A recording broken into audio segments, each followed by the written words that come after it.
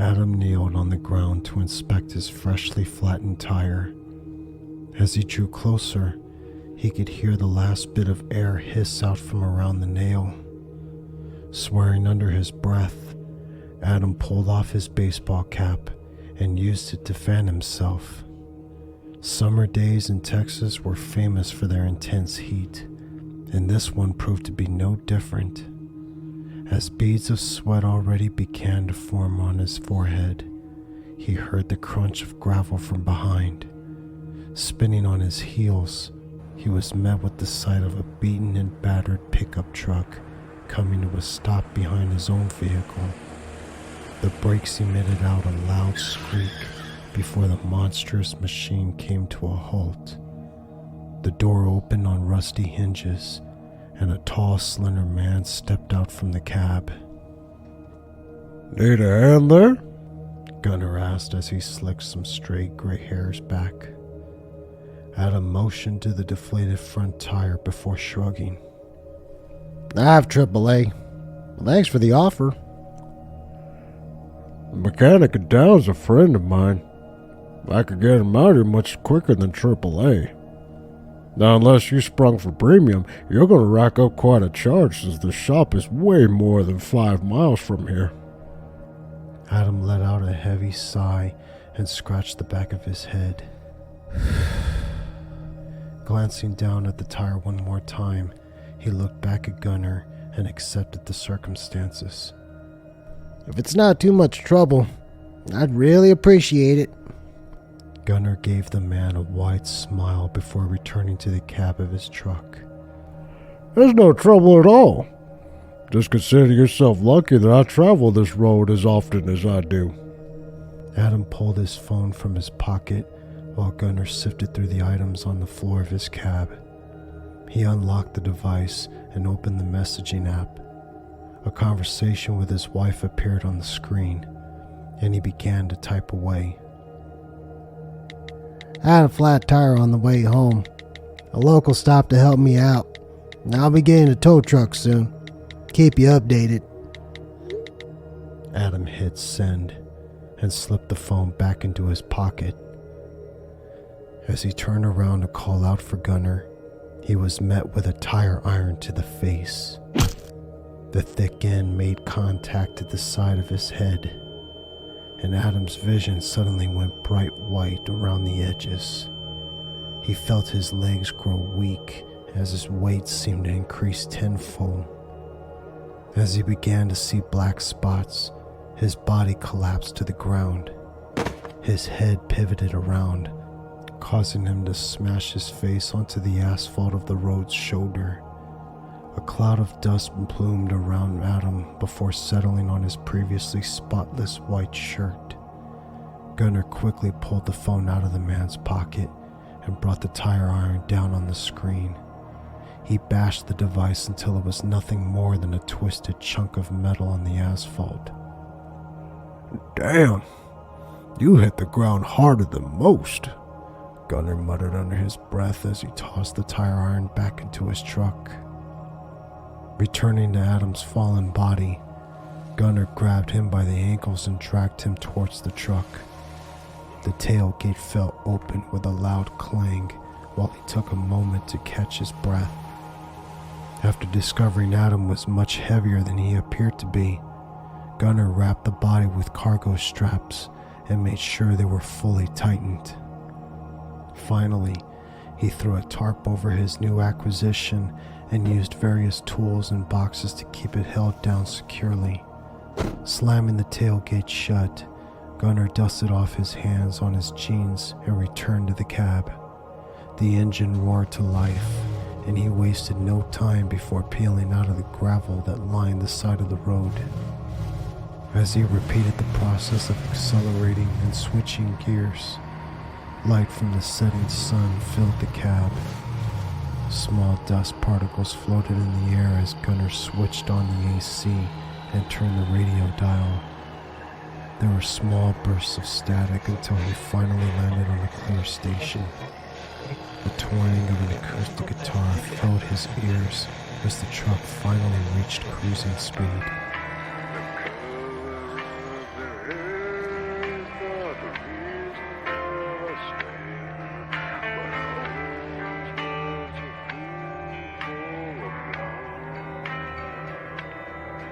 Gunnar tapped on one hand on top of the steering wheel and whistled along as his vehicle barreled down the small Texas side road and towards home. Soon enough, his white farmhouse came into view, bringing the truck to a slowdown. He turned down his driveway and bumped up and down. With a groan from the brakes, he brought the truck to a stop in front of the main door. He opened the door with a creak and slammed it shut. Throwing down the tailgate, he made quick work of removing the tarp and unfastening the cargo straps. Adam's eyes were still closed, causing Gunnar to let out a sigh of relief. There had been far too many times where he had removed the tarp to find his victim awake and panicking. Grabbing hold of Adam from under his arms, he heaved the man up and over the tailgate. Much to his surprise, Gunnar felt the body slip from his grasp and plummet to the ground. Adam's face crashed onto the compacted dirt of the driveway and slid forward as the rest of his body slammed down. Son of a bitch! Gunnar exclaimed before grabbing the man's ankles and swearing even more under his breath. As he dragged the body across the yard and up in the front steps, Gunnar took notice of the dark crimson streaks that had followed behind them. Looking down, he was surprised to find Adam's nose bent to the side with blood slowly flowing from the nostrils. With even more aggravation, he rushed inside and grabbed an old towel from the laundry room. He wrapped the face up tightly and finished dragging Adam's body inside. Gunnar grabbed him under the arms once more, this time making sure he had a firm grip before heaving his body up onto the kitchen table. The plastic tarp he had placed over it earlier crinkled as the old wood creaked under the force. For an average built guy, you sure were a monumental pain in my ass. Gunnar hissed at the unconscious body before walking to the sink and washing the blood that he had smeared down one arm. After a considerable amount of scrubbing, he returned to Adam and placed 2 fingers on the man's neck. After a long pause, he still did not feel a pulse. A smile crept across Gunnar's face as he finished drying off his hands. Damn, you could still knock him out in one swing.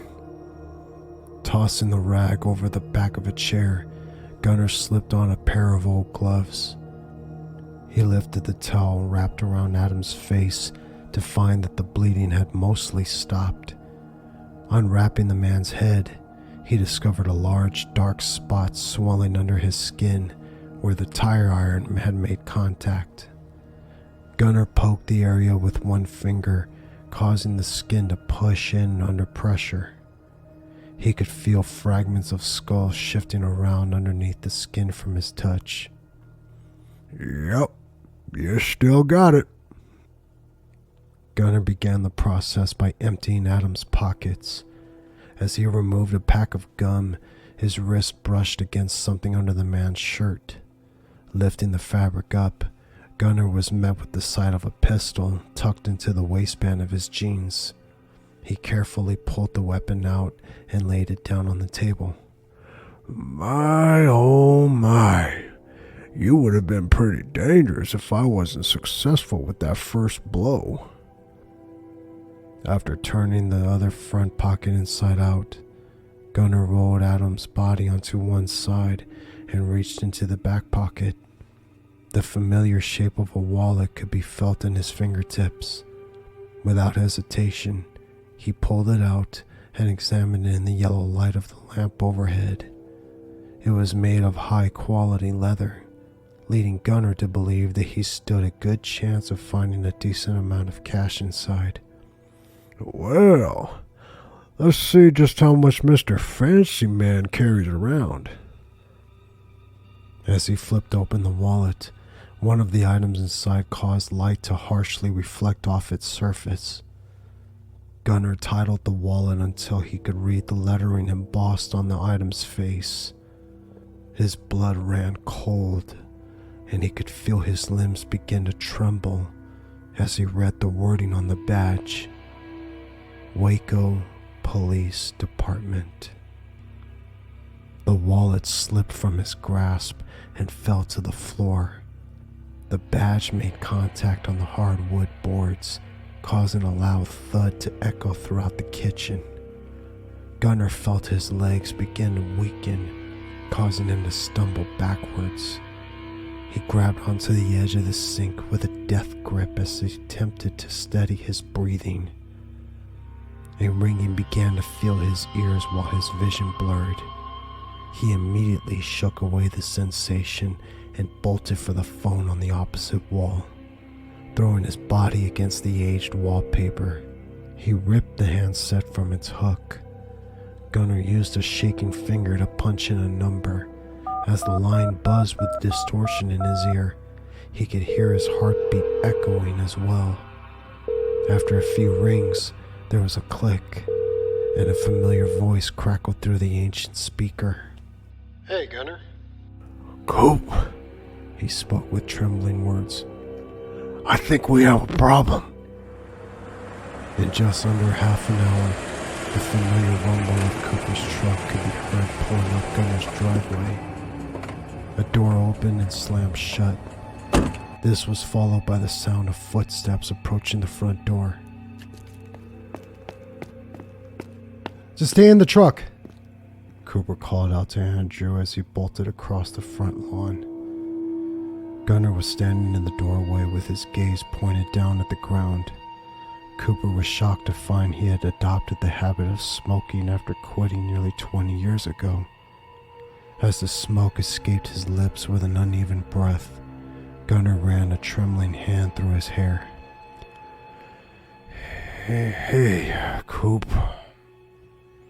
For the first time since Cooper had woken up strapped to a chair in Gunnar's living room nearly 2 years ago, the man had not greeted him with a bear hug. Gunnar? What's wrong? Without wasting any more time, Gunnar motioned for Cooper to follow him inside. The two men stepped inside and shut the door behind them. As they stepped into the kitchen, Cooper took in the faint scent of blood floating in the air. He soon caught sight of the bloody towel still wrapped around the stranger's face. Jesus! I thought you always tried to avoid the face. Gunnar took in another long drag from the cigarette and let the smoke slowly trail from his lips. The entire time, he kept his eyes pointed directly at the body. I dropped him on the ground while pulling him out of the truck. Fucker may have been dead. That surely didn't stop his nose from bleeding. Cooper walked closer to the table and examined the corpse. As his gaze traveled up the lifeless figure, Gunnar tapped the cigarette. Small bits of glowing ash fell to the floor without any concern as to the cleanliness of his home. Cooper shrugged and scratched the back of his head. I don't get it. Is there something I'm missing? Gunnar's cold gray eyes darted to the wallet that was lying closed on the table. He motioned with the end of his cigarette towards it and did not speak a single word. Cooper looked over it and slowly extended a hand to pick it up. As he inspected the leather, Gunnar stared at him with a completely blank expression. Damn! This guy must have been carrying a good amount of cash in something this nice. Opening it up, Cooper's attention was immediately captured by the golden badge reflecting the sickly yellow light from overhead. A lump formed in his throat as Cooper found himself choking on words. After a few soft mumbles, he managed to let the words escape through his lips. Oh. Gunnar sighed and inhaled deeply, causing the last of the cigarette to burn down to the filter.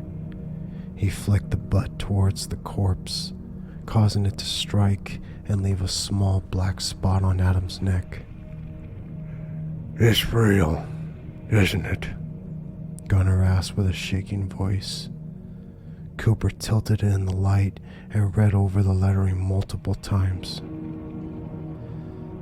It appears so.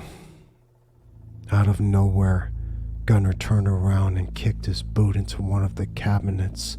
The impact caused a loud bang to echo throughout the room and made Cooper drop the wallet on the table.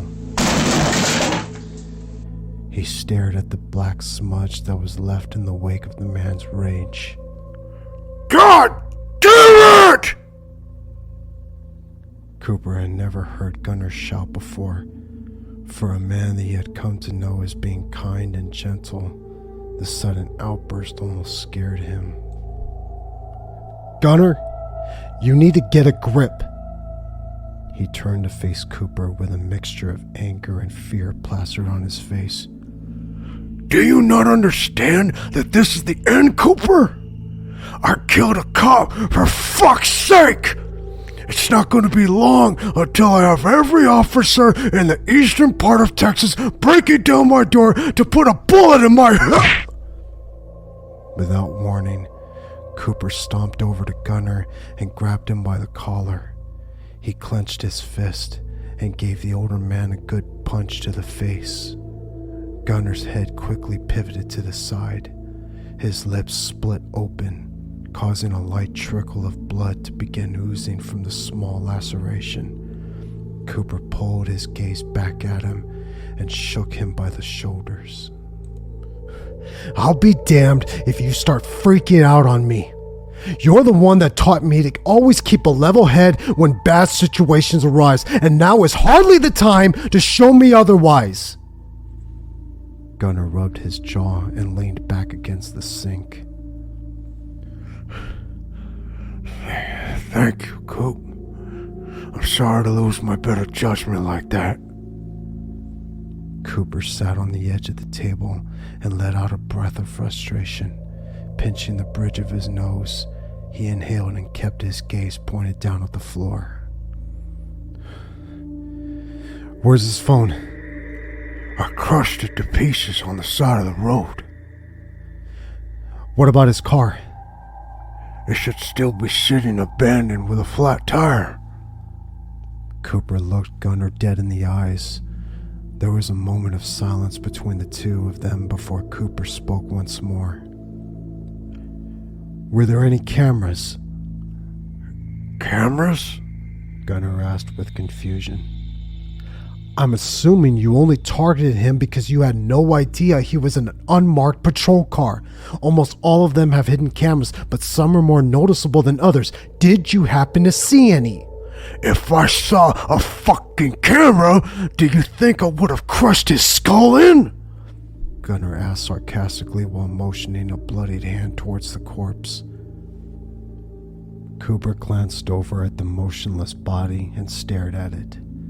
The sound of cicadas chirping outside drifted in through the mesh front door and into the kitchen.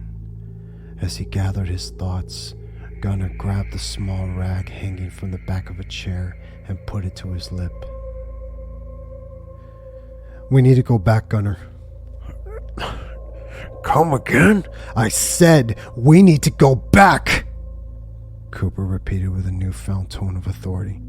If there was a chance you were captured on camera, we need to go pull the SD cards and destroy them. Without another word, Cooper jumped to his feet and walked towards the front door. Gunnar did not hesitate to follow closely behind. As the men stepped over the threshold, they were met with the comforting cool of the night air. Beautiful night for a shit show, Gunnar muttered under his breath as they hopped into Cooper's truck. As the vehicle made its way down the abandoned back road, Cooper explained the situation to Andrew.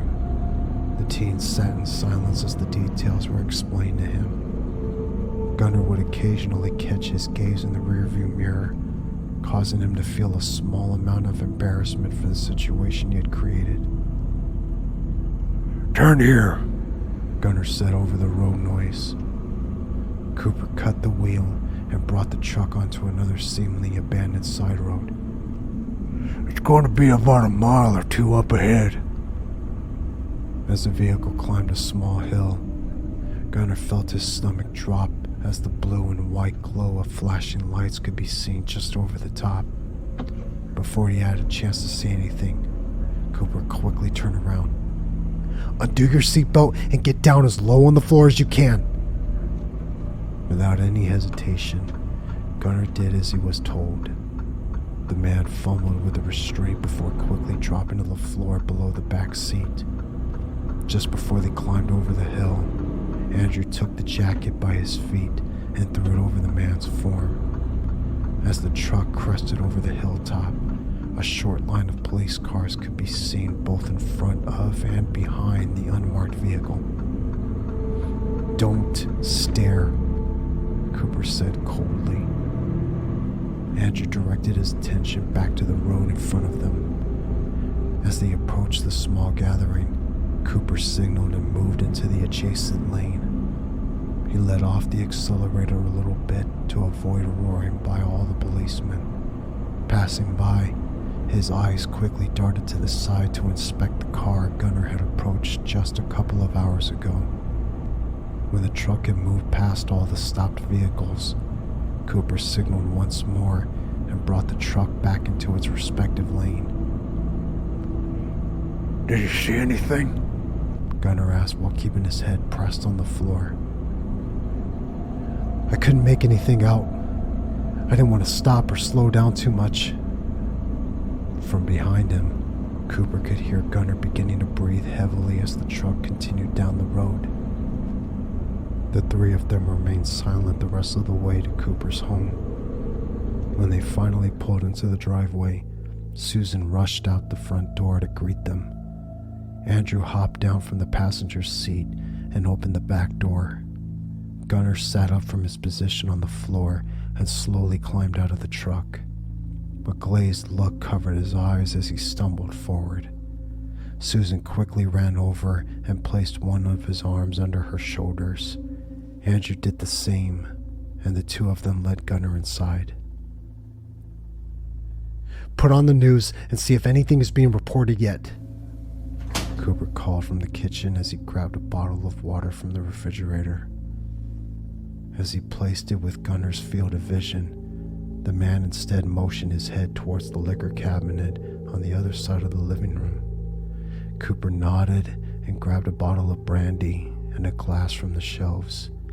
He handed them to Gunnar, who in turn set the glass on an end table. Pulling the cork from the neck with a soft squeak, he continued to take a decent gulp straight from the bottle. Gunnar did not so much as flinch as he swallowed the dark amber liquid and stared at the television screen. And it looks like the Kingsland area is going to get nothing but a tense sun for the next few days. Gunnar took another sip from the bottle as Cooper sat down on the couch next to him. A cheaply animated cloud floated across the screen before two anchors seated at their desk came back on. Before we get to tonight's main segment, we have a missing persons report out of Round Rock. Cooper's blood ran cold as Gunnar slowly lowered the bottle from his lips. Shelley Johnson in our Crime Watch division has more on the story. Shelley? The screen went through yet another cheap transition before a petite blonde appeared.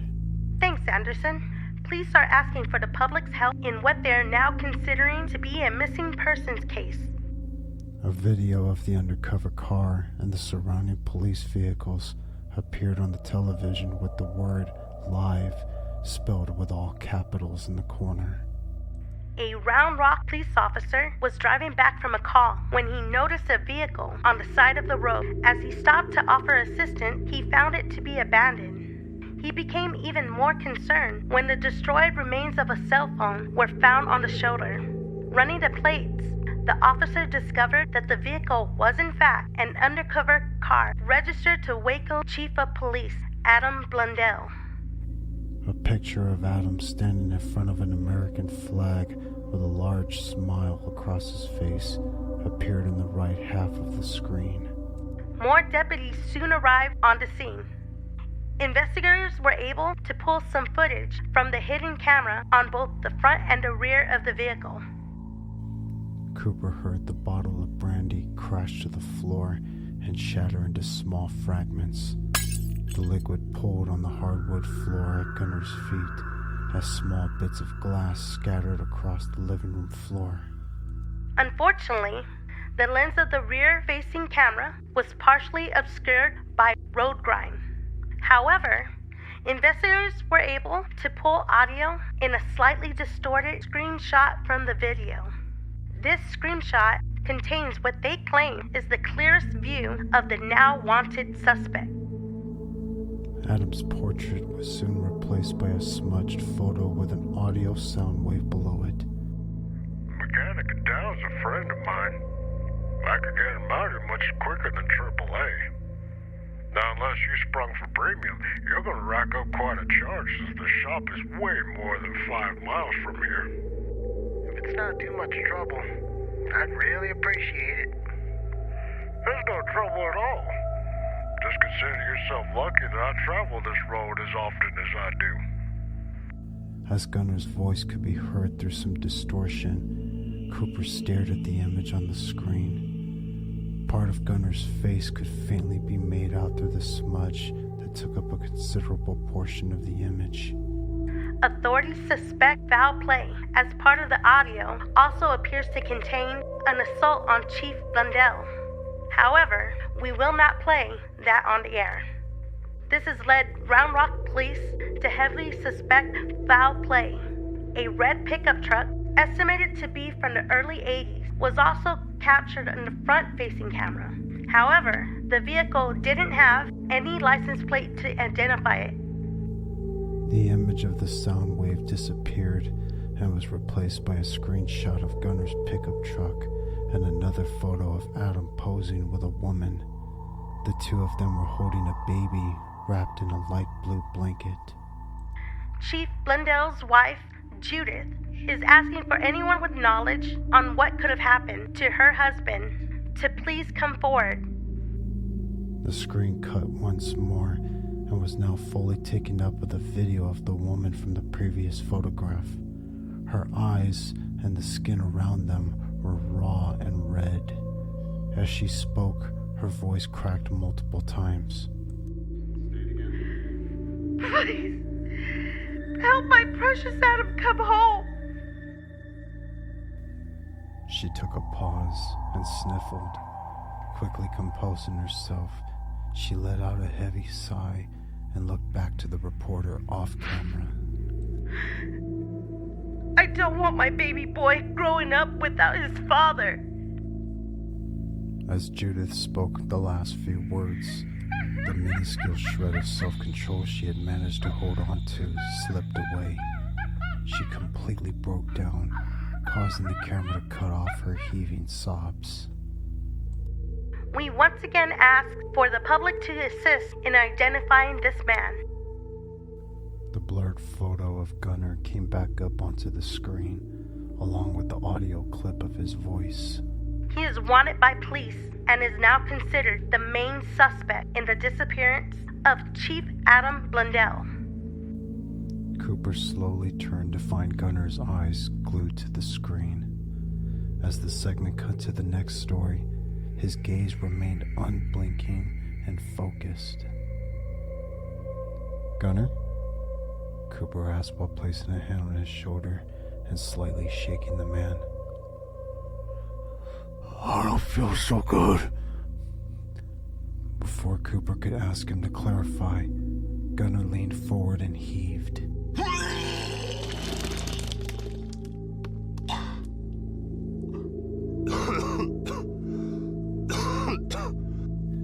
Vomit soon spewed from his mouth and into the puddle of brandy still at his feet.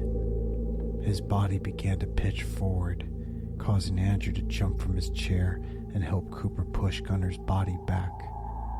His head tilted back, causing his gaze to point directly up at the ceiling. A mumble escaped his lips, but no one in the room was able to make out what it was. "Is he drunk?" Andrew asked. No, Cooper responded while running to the kitchen and grabbing a bag of frozen peas. As he placed it over Gunner's forehead, he reached down and grabbed hold of the man's trembling hand. He's just scared. Should we be? Andrew's question left Cooper without an answer. He continued to hold on to Gunner's hand while a news story softly played in the background. Gunner's eyelids fluttered before his vision blacked out and he slipped into unconsciousness. In what seemed like no time at all, his eyes opened to the harsh rays of the morning sun streaming in through the living room windows. The smell of fresh coffee filled his senses just before his temples began pulsating. Reaching up and grabbing hold of his head, the man let out a pained groan.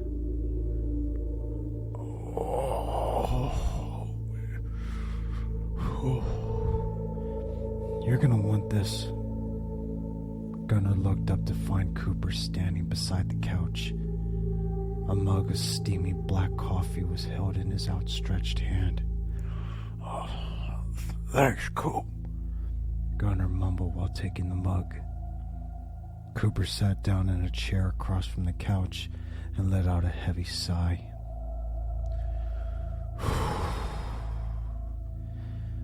This is going to be a hard one to get ourselves out of, he mumbled while staring up at the ceiling. Gunner remained quiet for a moment before taking another large gulp from the mug. The throbbing began to subside as his body slowly started to recover from the night before. I'm honestly not sure if we'll be able to, Coop. Gunner took in a deep breath before finishing off the coffee and resting the mug on the adjacent end table. This town has had a few issues in the past that had me worried, but they never really caused me too much alarm. I'd handle them relatively quickly, and life would move on. However, I've never had to deal with law enforcement before. This town has been able to keep its secret hidden for decades. But this... Gunner nodded his head towards the muted television. The news cycle was once again playing the clip from the previous night. This has me terrified out my fucking mind. The blurred image of Gunner's face appeared on the screen once more. As the news anchor's lips moved with silence, Cooper retrieved the pot of coffee from the kitchen and refilled both of their mugs.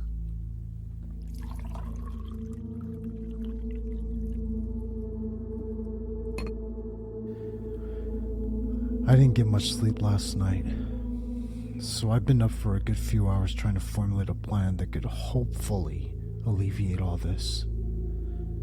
Gunner raised an eyebrow and sipped from the mug. By all means, let me hear it. Well, the biggest concern I have now is the body lying on your kitchen table. In hindsight, we shouldn't have left your house without at least putting it in the barn. Gunner scoffed as he watched the image on TV switch to the portrait of Adam. Considering how dazed I was last night, I'm surprised a bigger mistake didn't happen. I gotta thank you for keeping me level-headed. Cooper nodded and continued speaking. Once you feel that you're fully recovered from last night's episode, I'm going to take you back home to dispose of his body. Get a fire going as hot as you can and burn him up. I also want you to take any meat from the freezer and throw that in there as well. What should I do with the bones? Cooper sighed and swirled the coffee around in the bottom of his mug. This is going to be the tedious part. I know for a fact that there are bones from numerous other victims that have accumulated over the years.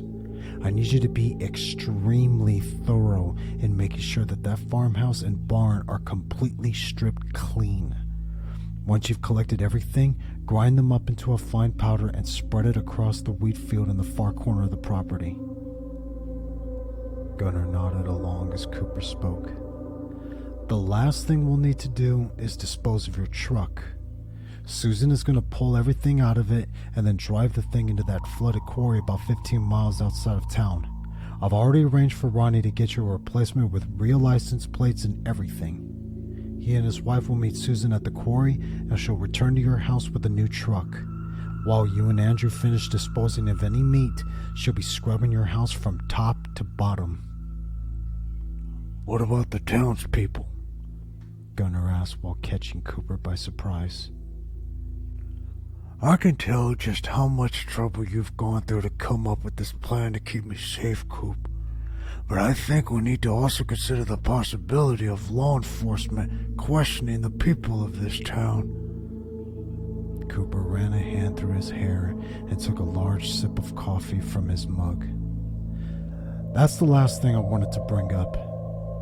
I think the greatest threat to keeping all of this under wraps could be our very own neighbors. No matter how they may react to my strategy, I think it's about time we stop this, once and for all. I'm going to call a meeting at the church and try to put an end to all of this. Gunnar sat in silence as he ran over the plan in his head. Cooper waited for him to respond and was taken aback when the room was filled with a light chuckle. Do you know how many years, how many painfully long and agonizing years I've waited for all of this to end? Gunnar said with a laugh as a smile was spread over his lips. I've tried on a few occasions to make all of this stop, but there was always a small handful of people in this town who wouldn't hear any of it. He paused and slowly turned to look at Cooper. For a while now, I've come to think of you as the one that would take my position in this whole operation once I was unable to do so. But now, you may just be the one who could finally put an end to it. Cooper leaned back in his chair and stared outside. The branches of the oak tree on the front lawn trembled slightly in the Texas summer breeze, causing a few leaves to break free and tumble through the air. As much as I would love to see that happen, I'm just not sure how well some people are going to take the news, Gunnar. Then do what my father did, Gunnar said with his tone now reverting to one of complete seriousness. These people fear you, Coop. From the way I see them act around you, it's not just a respect for your power. They're legitimately terrified of what you can do. If someone opposes your leadership, then fight back. Whether that means verbally or physically fighting back is completely up to your discretion. I have complete faith that no matter what, you'll handle the situation better than I'd be able to. Cooper smiled and finished off the coffee in his mug. You know, Gunnar, my life has changed drastically since I've lived here. Not only have I found myself take on a more firm and authoritative deposition, but I have a family. Hell, I never would have even considered having a wife, let alone a kid, just a little over a year ago.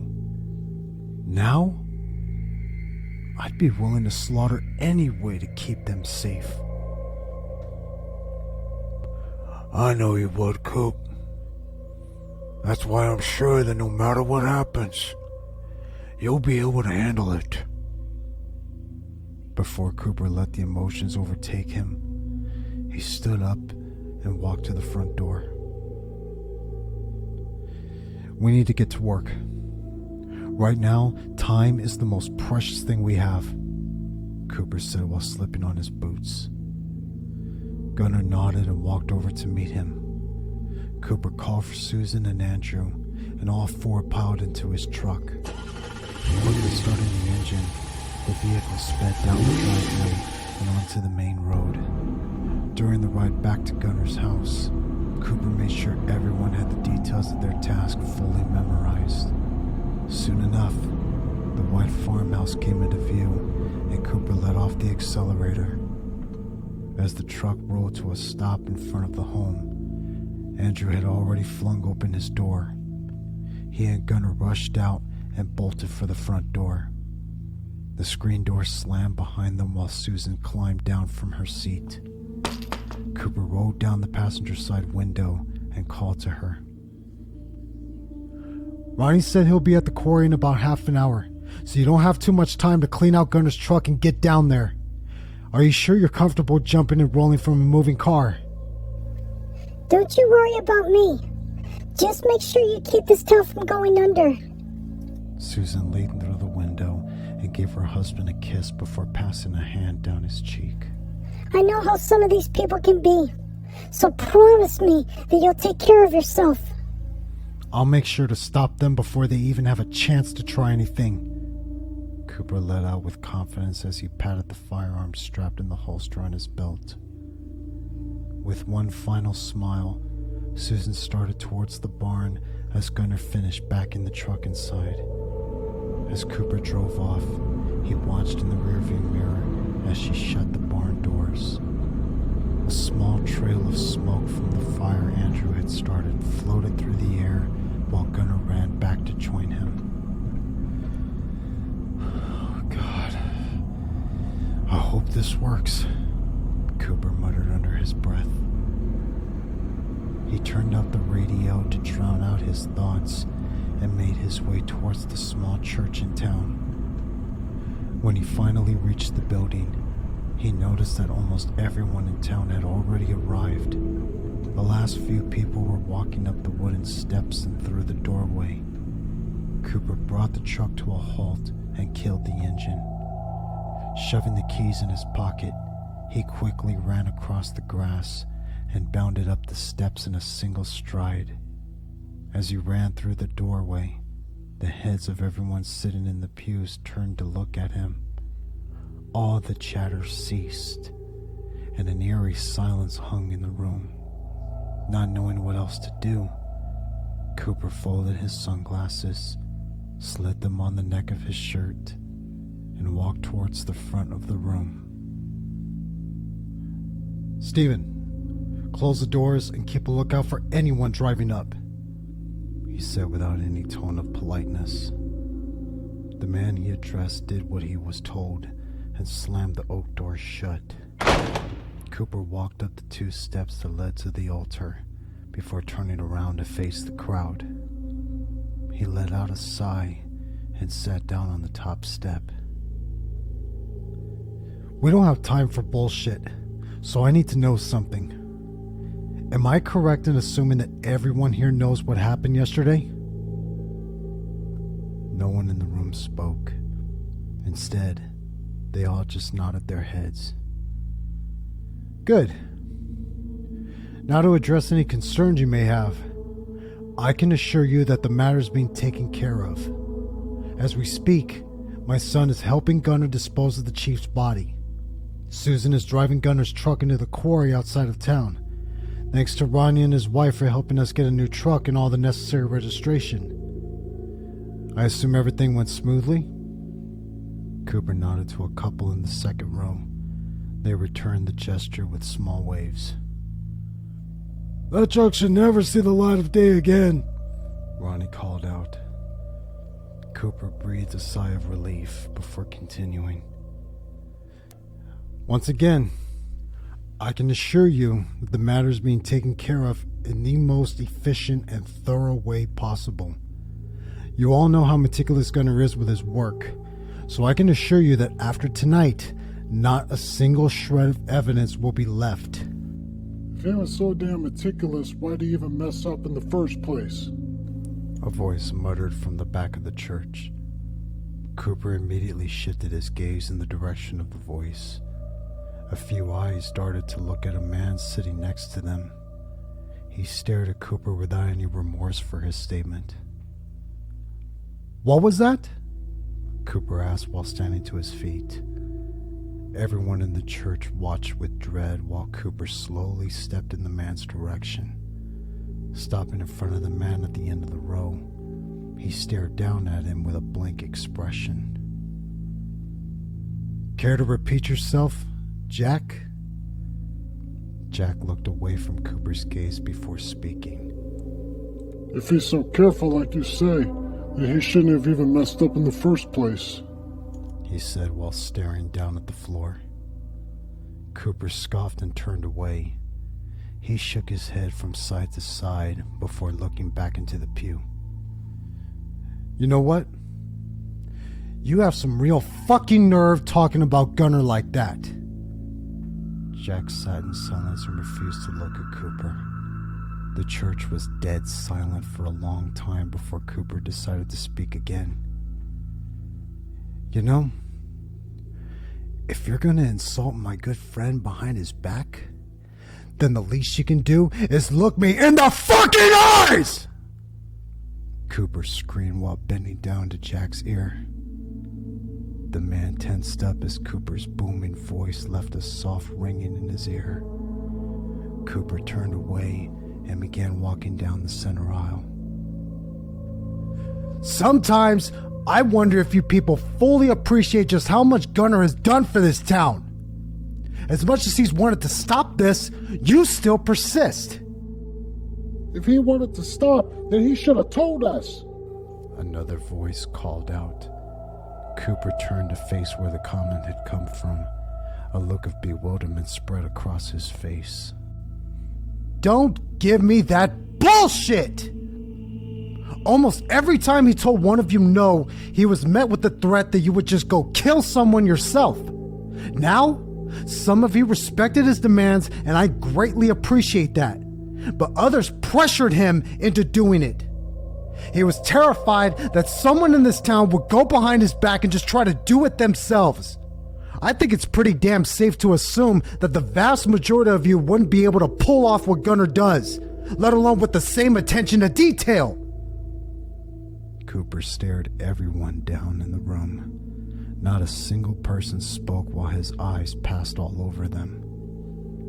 "You took advantage of something Gunner did for special occasions and began asking for it on a regular basis. He's exhausted himself to the point where I'm surprised that it took him this long to make a mistake. Hell, this wasn't even really his fault! Gunner had no way of knowing that who he was going to kill yesterday was the chief of police. This is the first mistake he's made during the decades of this whole operation, and some of you are ready to crucify him for it." Cooper shook his head and rubbed his eyes. "Gunner told me not too long ago that he believed that I was the perfect person to take over this operation when he felt the time came. Now, I don't even want it. It's gotten to the point where the meat is more of an addiction than a delicacy. That's why starting today, no one is going to be killed for this town's consumption again." Chatter erupted throughout the room. Insults were hurled at Cooper as he sat back down on the steps of the altar. As some people bolted upright from their seats to curse and point at him, he sat in silence and looked over the crowd. When the group showed no signs of calming down anytime soon, Cooper sighed and quickly pulled the pistol from his waist. A shot cracked through the air as the bullet tore through the ceiling. The talking immediately stopped, and all eyes started to stare at Cooper. "I swear to God that if one more person interrupts me, I won't hesitate to clover their head with this!" he said while rattling the gun in his hand. Standing up, Cooper began slowly walking down the aisle and looking over all the faces staring at him with fear. "Now, as I was saying, it's time we put an end to all of this. With all the advancements in technology that have been made since Gunner's father started this entire ordeal, it's a miracle that an incident like this didn't happen sooner. For the longest time, my biggest fear was that a dash cam or something similar would catch Gunner. But now, I think the greatest risk comes from people in this room. Despite the direct insult of the crowd, everyone remained silent. Although some members of the group were staring at Cooper with boiling anger, they managed to keep from speaking. I'm surprised it took Gunner killing a chief of police for me to realize that it's some members of the town he loves and helps that are the biggest threat. The fact that some of you are so stubborn and oblivious to the risks of this operation makes me terrified! Cooper reached the front of the church once more and turned to face all of them. It's one thing to cover up a mistake Gunner makes, but it's exponentially more difficult for me to keep track of everyone. I know some of you are overly confident in your ability to kill another human being, but I can assure you that it's not worth doing what Gunner does to test that ability. All it takes is a single mistake to bring all the officers in Texas swarming on this town. As he looked over all the faces locked on him, Cooper remembered the advice Gunner had given him. I'm not asking you. I'm telling you that neither Gunner nor I will be slaughtering another human being for this town. This isn't about your personal desires. This is about the safety of everyone. I don't want my son, or any of your kids for that matter, growing up in an orphanage because their parents are rotting away in some prison for the rest of their lives. If anyone has a problem with that, then speak up. The room remained silent as Cooper scanned the faces staring at him.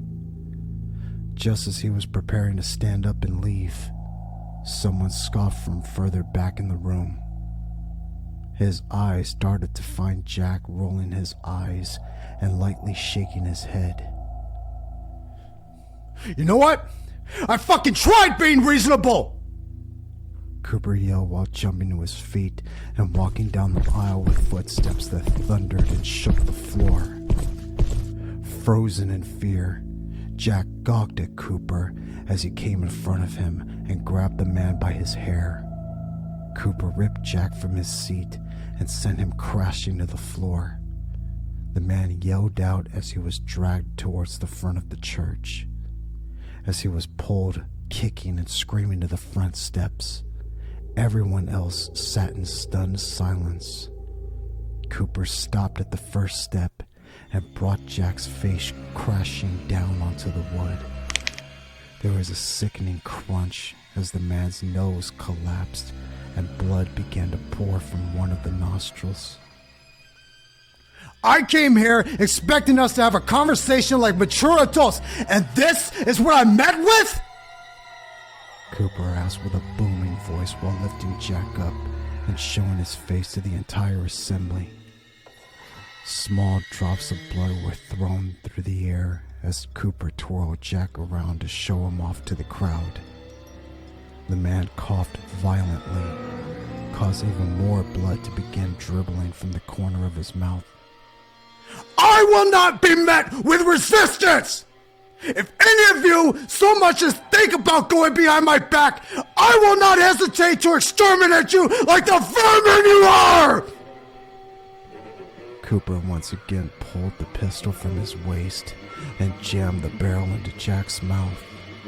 He sobbed and found himself choking on the firearm. Keep your fucking mouth open! Cooper hissed before slamming Jack's jaw down onto the bottom step. As his teeth dug into the wood, Jack began crying. He felt the sole of Cooper's boot press into the back of his skull.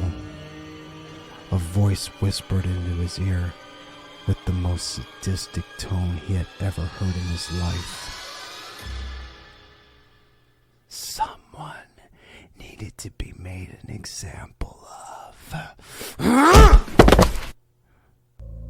Before Jack could even contemplate a response, Cooper lifted his foot and brought it crashing down on the back of his skull. A loud crack echoed throughout the church as Jack's jaw shattered and bent down against his neck. Cooper brought his boot back once more and stomped even harder on the man's skull. He repeated the process a couple more times until he felt the bone collapse under his foot. The head tilted back to an unnatural angle as Jack's spinal cord snapped and his body went limp. With his chest heaving from deep breaths, Cooper bent down and grabbed hold of the now bloodied clumps of hair. Lifting Jack's body up, he twirled it around to face the crowd. Some looked away while others stared in complete shock at the tongue and jaw hanging down against the neck. One of Jack's eyes lolled down in the socket while the other bulged out. "Let this be a lesson to all of you," Cooper yelled.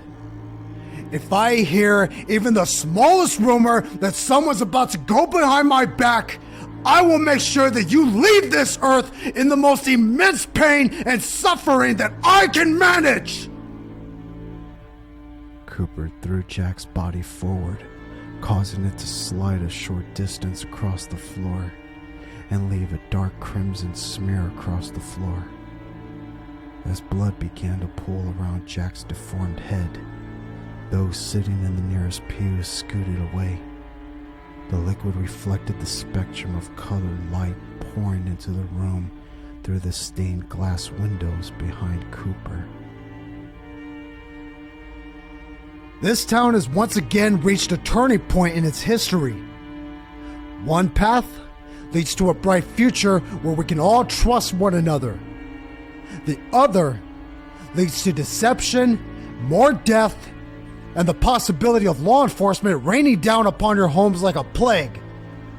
The latter can be avoided if you simply do as I say and never deceive me.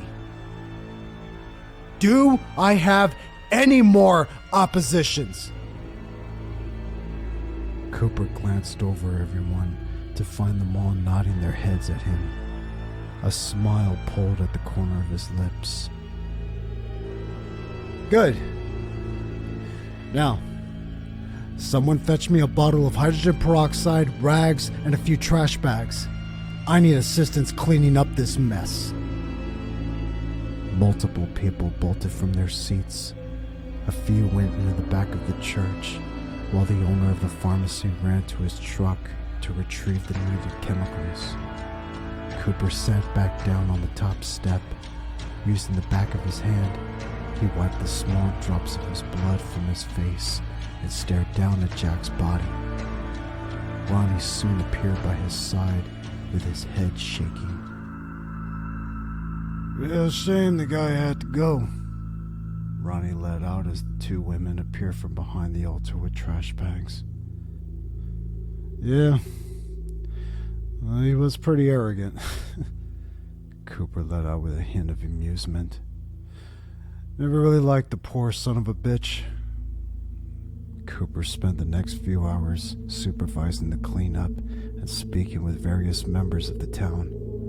Some showed their appreciation by explaining how they had also felt uneasy and wanted the practice to end years ago. Others seemed slightly upset about never having human meat again, but were respectful to Cooper and promised that they would assist in keeping the secret buried. As the last spot of blood was lifted from the floorboards, Cooper tied up the bag and carried it out to his truck. He slid the cover over the bed and slammed the tailgate closed. The last few cars parked in front of the church pulled away. Cooper climbed into the cab and brought the engine roaring to life. He removed the sunglasses from the neck of his shirt and flipped them open.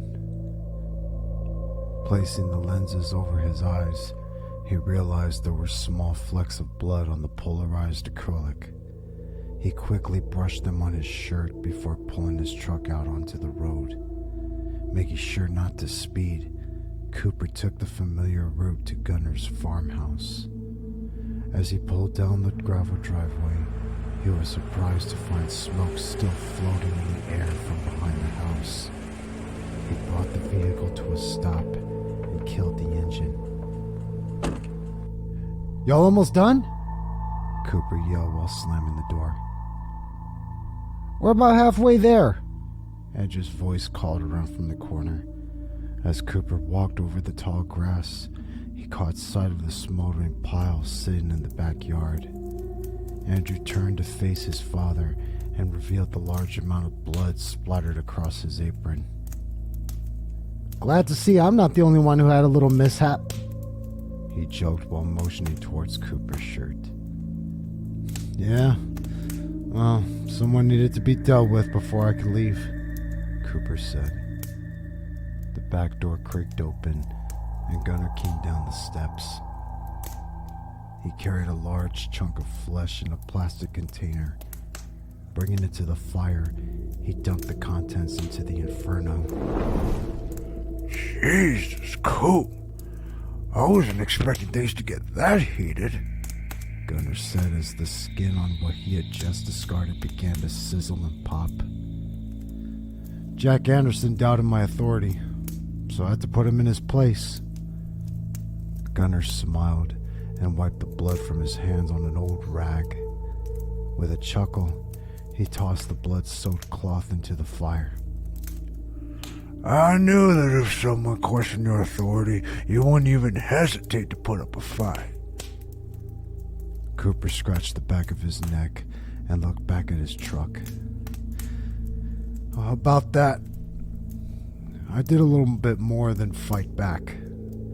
I know the two of you have enough work dealing with Adam as it is, but there's just a little bit more we need to take care of. I'd be more than happy to give a helping hand as well. Just back up your truck. We'll take care of it, Gunnar said while tying the strings of his apron around his back once more. You're lucky that your son has gotten good at this, or else I'd be more worried. Cooper looked over at Andrew and smiled. As proud as I am, I hope you don't feel upset about having this newfound skill and never being to use it after today. Andrew smiled at his father as he let one of the trash bags hit the ground with a thud. Like you said earlier, Dad, this is all for the better.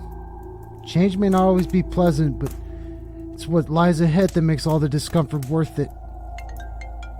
Cooper's cell phone rang just as Andrew finished speaking. He quickly pulled the device from his pocket and swiped the screen to answer. Hello? Cooper? A voice panted out from the other end. Mike? I thought I recognized that voice. Is everything all right? A caravan of Texas State Trooper vehicles is heading in your direction. Cooper's limbs went numb as the sentence echoed in his head. His lips moved to speak, but he found himself unable to speak. Did you hear me? Cooper shook his head and stumbled over his words. Yeah, I heard you.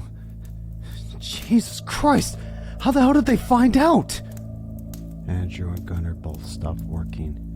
They stared at Cooper with bewilderment as the fire continued to pop and snap behind them. Gunnar stepped closer with a look of worry slowly growing on his face. A couple of them came by Roddy's shop to ask if he recognized the photo of Gunnar's truck that's been circulating on the news. He keeps a small collection of photos of customers behind the desk and noticed the one of Gunnar standing in front of his truck. He had no choice but to hand it over when they asked to see it. Cooper ran a hand through his hair and grabbed a tuft out of frustration. His breathing was continuing to quicken while he struggled to grasp the reality of the situation. Roddy just called me and wanted me to warn you. You probably got about 10 minutes before they get there. I'm sorry, Cooper. It's fine, Mike. You don't need to apologize. We tried our best. Without another word, Cooper ended the call and dropped the phone back in his pocket.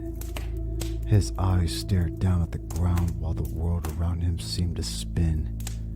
As he slowly lifted his head to look at Gunnar, he could already feel tears forming in the corners of his eyes. Without warning, he turned around and slammed his fist against the house's siding.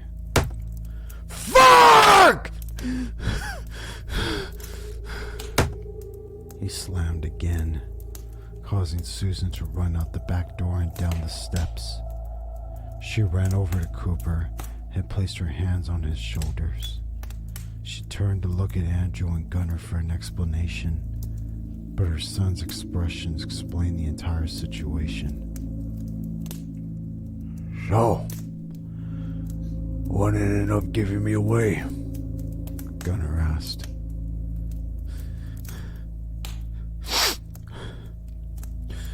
The photo of you in the truck hanging behind Ronnie's desk. Cooper let out with a sniffle. Gunnar smiled and looked out in the direction of the quarry.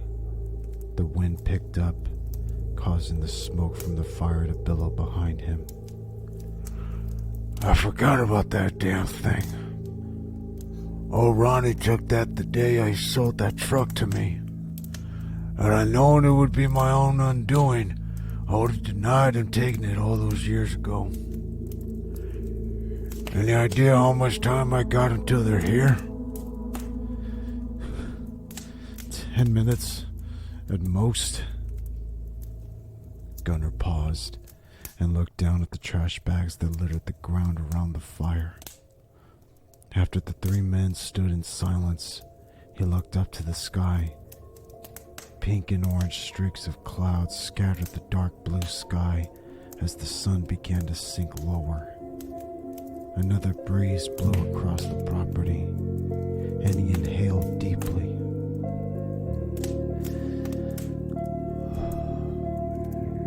Smell that, Coop? One of my favorite things about living out here is being able to smell the scent of the crops carried on the breeze. It really puts my mind at ease. Cooper found himself awestruck at just how calm Gunnar was behaving. What? What the hell are you talking about? Do you not understand that there's a small army of police on their way over here to arrest you? No, Coop. I'm completely aware.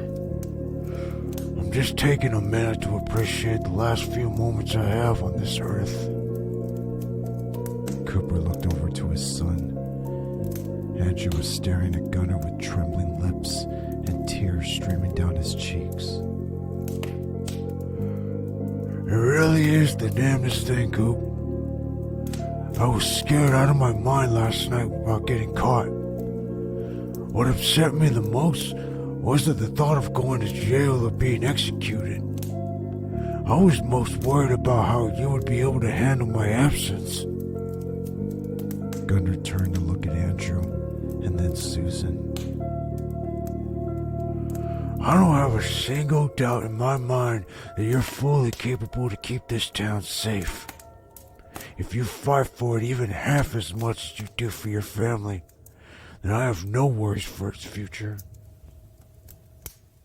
Cooper sobbed and quickly wiped the tears from his eyes with the back of his sleeve. Gunnar, you can't let them get to you.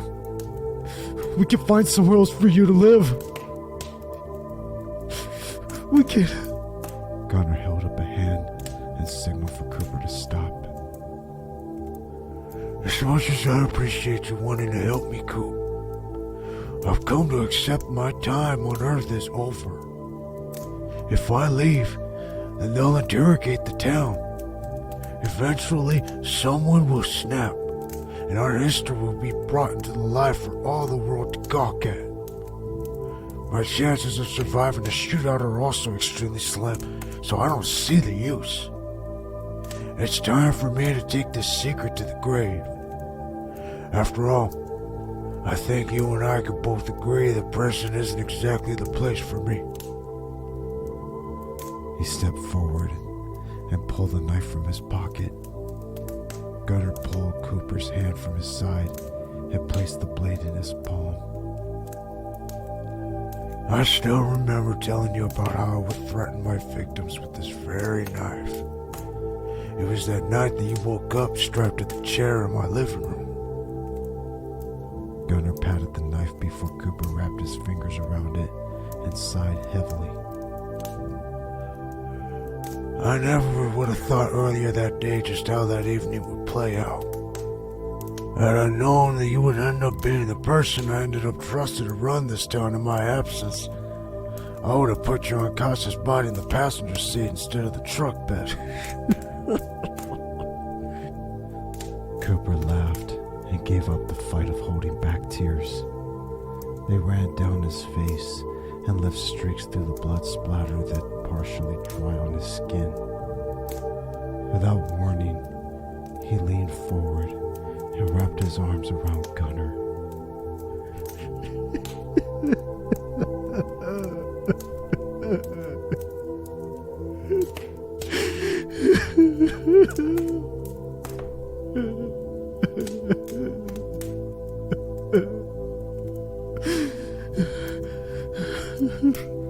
As he wailed, Gunnar patted Cooper on the back and returned the embrace.